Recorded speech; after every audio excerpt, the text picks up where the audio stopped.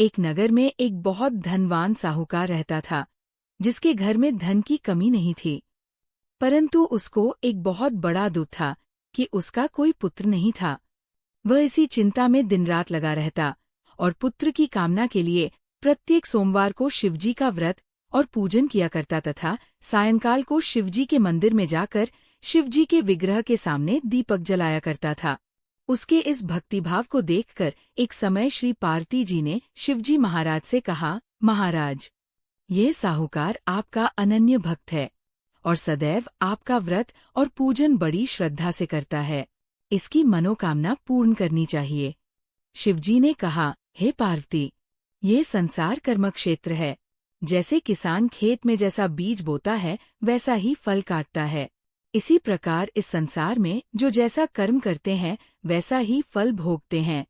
पार्वती जी ने अत्यंत आग्रह से कहा, महाराज, जब ये आपका अनन्य भक्त है और यदि इसको किसी प्रकार दुख है तो उसको अवश्य दूर करना चाहिए, क्योंकि आप सदैव अपने भक्तों पर दयालु होते हैं और उनके दुखों को दूर करते हैं। यदि आप ऐसा नहीं करेंगे तो मनुष्य आपकी सेवा, व्रत और पूजन क्यों करेंगे? पार्वती जी का ऐसा आग्रह देख शिवजी महाराज कहने लगे, हे पार्वती, इसके कोई पुत्र नहीं है। इसी चिंता में ये अति दुखी रहता है।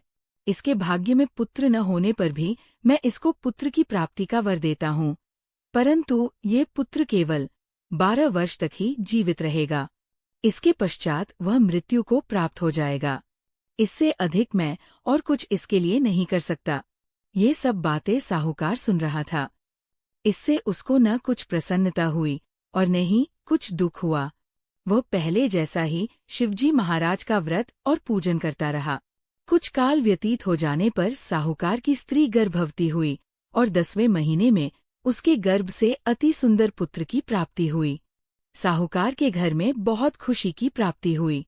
साहूकार के घर में बहुत खुशी मनाई गई, परंतु साहूकार ने उसकी केवल 12 वर्ष की आयु जानकर अधिक प्रसन्नता प्रकट नहीं की और नहीं किसी को भेद ही बताया। जब वो बालक 11 वर्ष का हो गया तो उस बालक की माता ने उसके पिता से विवाह आदि के लिए कहा, तो वो साहूकार कहने लगा कि अभी मैं इसका विवाह नहीं करूंगा, अपने पुत्र को काशी जी पढ़ने के लिए भेजूंगा। फिर साहूकार ने अपने साले अर्थात बालक के मामा को बुलाकर उसको बहुत सा धन देकर कहा, तुम इस बालक को काशी जी पढ़ने के लिए ले जाओ और रास्ते में जिस स्थान पर भी जाओ यज्ञ तथा ब्राह्मणों को भोजन कराते जाओ। वह दोनों मामा और भांजे यज्ञ करते और ब्राह्मणों को भोजन कराते जा रहे थे। रास्ते में एक शहर पड़ा। उस शहर में राजा की कन्या का विवाह था और दूसरे राजा का लड़का जो विवाह कराने के लिए बारात लेकर आया था वो एक आँख से काना था। उसके पिता को इस बात की बड़ी चिंता थी कि कहीं वर को देख कन्या के माता पिता विवाह में किसी प्रकार की अड़चन पैदा न कर दें। इस कारण जब उसने अति सुंदर सेठ के लड़के को देखा तो मन में विचार किया कि क्यों न दरवाजे के समय इस लड़के से वर का काम चला लिया जाए। ऐसा विचार कर वर के पिता ने उस लड़के और मामा से बात की तो वे राजी हो गए। फिर उस लड़के को वर के कपड़े पहना तथा घोड़ी चढ़ा दरवाजे पर ले गए और सब कार्य प्रसन्नता से पूर्ण हो गया।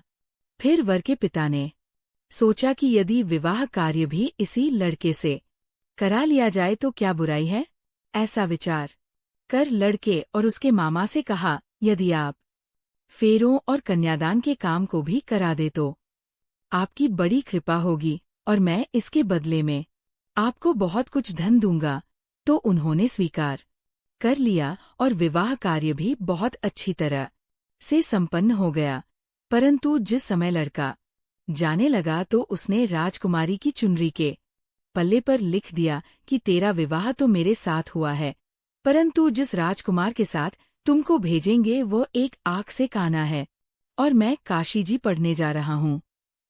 लड़के के जाने के पश्चात उस राजकुमारी ने जब अपनी चुनरी के पल्ले पर ऐसा लिखा हुआ पाया तो उसने राजकुमार के साथ जाने से मना कर दिया और कहा कि ये मेरा पति नहीं है, मेरा विवाह इसके साथ नहीं हुआ है। मेरा विवाह जिसके साथ हुआ है वह तो काशी जी पढ़ने गया है। राजकुमारी के माता पिता ने अपनी कन्या को विदा नहीं किया और बारात वापस चली गई। उधर सेठ का लड़का और उसका मामा काशी जी पहुंच गए। वहां जाकर उन्होंने यज्ञ करना और लड़के ने पढ़ना शुरू कर दिया। जब लड़के की आयु 12 साल की हो गई तो उसी दिन उन्होंने यज्ञ रचा रखा था कि लड़के ने अपने मामा से कहा, मामा जी, आज मेरी तबीयत कुछ ठीक नहीं है।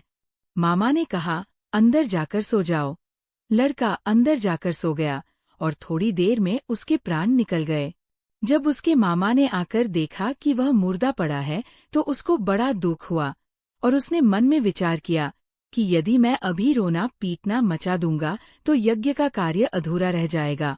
अतः उसने जल्दी से यज्ञ का कार्य समाप्त कर ब्राह्मणों के जाने के पश्चात रोना पीटना आरंभ कर दिया। संयोगवश उसी समय शिवपार्वती जी भी उधर से जा रहे थे। जब उन्होंने जोर जोर से रोने की आवाज सुनी तो पार्वती जी कहने लगी, महाराज, कोई दुखिया रो रहा है, इसके कष्ट को दूर कीजिए। जब शिवपार्वती ने पास जाकर देखा तो वहां एक लड़का मुर्दा पड़ा था। पार्वती जी कहने लगी, महाराज, ये तो उसी सेठ का लड़का है जो आपके वरदान से हुआ था। शिवजी कहने लगे, हे पार्वती, इसकी आयु इतनी ही थी, वो ये भोग चुका। तब पार्वती जी ने कहा, हे महाराज, इस बालक को और आयु दो नहीं तो इसके माता पिता तड़प तड़प कर मर जाएंगे। पार्वती जी के बार बार आग्रह करने पर शिवजी ने उसको जीवन वरदान दिया और शिवजी महाराज की कृपा से लड़का जीवित हो गया। शिवजी और पार्वती जी कैलाश पर्वत को चले तब वह लड़का और मामा उसी प्रकार यज्ञ करते तथा ब्राह्मणों को भोजन कराते अपने घर की ओर चल पड़े। रास्ते में उसी शहर में आए जहां उसका विवाह हुआ था। वहां पर आकर उन्होंने यज्ञ आरंभ कर दिया तो उस लड़के के ससुर ने उसको पहचान लिया और अपने महल में ले जाकर उसकी बड़ी खातिर की साथ ही बहुत से दास दासियों सहित आदर पूर्वक लड़की और जमाई को विदा किया। जब वह अपने शहर के निकट आए तो मामा ने कहा कि मैं पहले तुम्हारे घर जाकर खबर कराता हूँ। जब उस लड़के का मामा घर पहुंचा तो देखा कि लड़के के माता पिता घर की छत पर बैठे हैं और यह प्रण कर रखे हैं कि यदि हमारा पुत्र सकुशल लौट आएगा तो हम राजी खुशी नीचे आ जाएंगे, नहीं तो छत से गिरकर अपने प्राण खो देंगे। इतने में उस लड़के के मामा ने आकर ये समाचार दिया कि आपका पुत्र आ गया है, तो उनको विश्वास नहीं आया। तब उसके मामा ने शब्दपूर्वक कहा कि आपका पुत्र अपनी स्त्री और बहुत सारा धन साथ लेकर आया है। तो सेठ ने आनंद के साथ उसका स्वागत किया और बड़ी प्रसन्नता के साथ रहने लगे।